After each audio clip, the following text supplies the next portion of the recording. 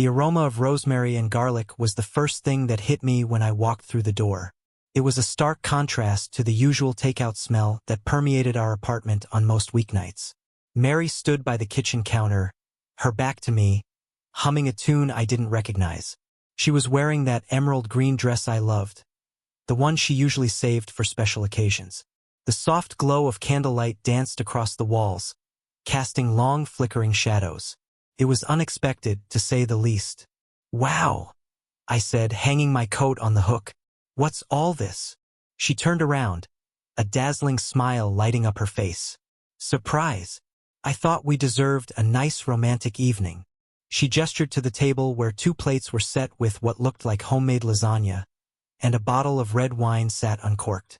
It was the kind of scene I'd always dreamed of, a far cry from our usual routine of rushed meals in front of the TV. For a moment, I forgot about the tension that had been simmering between us for months, the coldness that had become a constant in our home. We sat down, the candlelight painting her face in warm, inviting hues. She poured the wine, her eyes sparkling. She was playing the part of the loving wife to perfection, and I almost bought it. Almost. The conversation was light, filled with easy laughter and reminiscent stories from the early days of our relationship. It was unnervingly good, a performance so convincing it made me feel like I was watching a movie of our past. I found myself relaxing momentarily, falling into the comforting illusion of us. It was a stark contrast to the coldness I had felt from her just days before, the way she had started pulling away, the late nights at work, the hushed phone calls after dinner. We moved to the living room, soft jazz filling the space. She poured us each another glass of wine.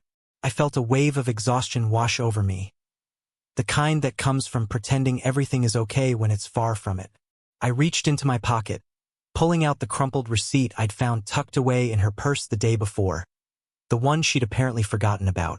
It was a detail I'd been waiting for, a crucial piece of the puzzle.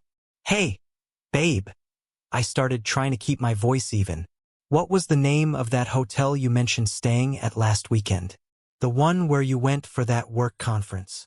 Her eyes widened slightly, a flicker of panic momentarily eclipsing the warm facade.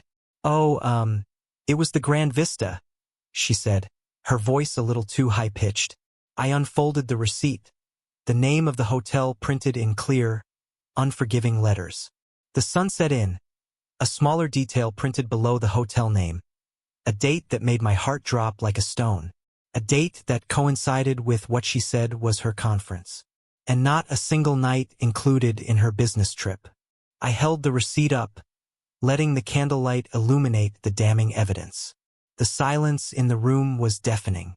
Her face drained of color as she stared at the receipt, a gasp escaping her lips, and the wine glass slipped from her grasp, shattering on the floor, red wine spreading like blood across the rug. The illusion shattered along with the glass. Her eyes darted around the room, a cornered animal looking for an escape route. How did you get that?" she stammered, her voice trembling. "It was in your purse, Mary. A pretty bad hiding spot for someone who thinks they're so smart," I said, my voice dangerously calm. The rage, a cold, controlled fury, bubbling beneath the surface. The truth poured out of her like a festering wound. The late nights at work were nights spent with him. The business conferences were just weekends at seedy hotels. The hushed phone calls were not about work or some family member's health. They were declarations of love, promises of a future that had no place for me. I watched, numb, as her carefully constructed world crumbled around her. "It was a mistake. I don't know how it happened," she blurted out, tears streaming down her face. They were crocodile tears. I knew the kind that had always worked on me, but not anymore. "A mistake," I echoed, my voice laced with a sarcasm I didn't know I possessed. "You made a conscious decision to betray me, to lie to my face, and you call that a mistake?" I got up and left the apartment, leaving her there amongst the broken glass and her lies. I had one more task to do, one that would give me some semblance of closure. The address she had given her lover was on the receipt. I drove to the other side of town, to a neighborhood far from our own, and parked a block away from the house that was on the receipt. I wanted to see him, the man who had dared to break the vows of my marriage, the man who had stolen my wife, my life from me. The house was small and unremarkable, a far cry from the luxurious life he was probably imagining. I waited until I saw him leave, a tall, lanky figure with an arrogant swagger. He looked exactly like what I thought he would. I followed him, keeping my distance, my anger growing with every step he took. He went to a small bar, the kind with dim lighting and a perpetual smell of stale beer. I waited outside until he came out, a few drinks probably having made him believe he was invincible. He was laughing at some private joke, a smug look on his face. I crossed the street and stood in his path. He stopped, confused, not knowing what was coming. "You're Jay, right?" I asked, keeping my voice low and steady. He sized me up, his eyes narrowed. "Yeah, that's me. Who the hell are you?" "I'm Mary's husband." The smirk on his face vanished, replaced by a look of alarm. He tried to walk past me, but I grabbed his arm, pulling him back. "We need to talk," I said, my grip tightening. He tried to pull away, but I held on, dragging him toward the alleyway next to the bar. The look on his face was one of pure, unadulterated fear. "Good." I backed him up against the brick wall. The rage took over, a physical force that propelled my fist toward his face. The first blow landed hard, the sound of bone on bone echoing in the narrow alley. He groaned, his hand going up to his nose. "You think you can just waltz into my life and take what's mine?" I roared, each word laced with the fury that had been brewing inside me for months. I hit him again and again, each blow fueled by the betrayal I felt. I didn't care who saw, what people thought. The only thing I felt was satisfaction. His face was a mess of blood and bruises, his confident swagger completely gone. I had his attention now. He understood this wasn't some fantasy where he had all the power. He was weak. I dropped him to the floor, my anger subsiding, leaving behind a hollow ache.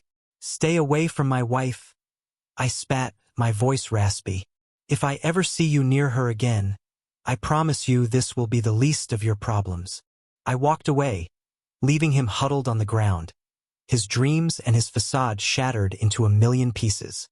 I felt no remorse, only the bitter satisfaction of knowing he'd gotten what he deserved. I went back to the apartment, the scene of domestic bliss now replaced with chaos. Mary was sitting on the couch, her face swollen and tear-stained. I walked past her without a word. There was no point. We were over. I started to pack my things, methodically placing them in boxes. She watched, her eyes filled with a mix of fear and sorrow. I didn't look at her once. It was over. There was no conversation, no final declaration of love lost. She was a stranger, a phantom of a woman I thought I knew. The rest of the evening passed in a daze. I had no idea what she would do, or what I would do for that matter. All I knew was that I couldn't stay in that apartment any longer. I finished packing, looked around one last time, and walked out the door, leaving the pieces of my shattered life behind me.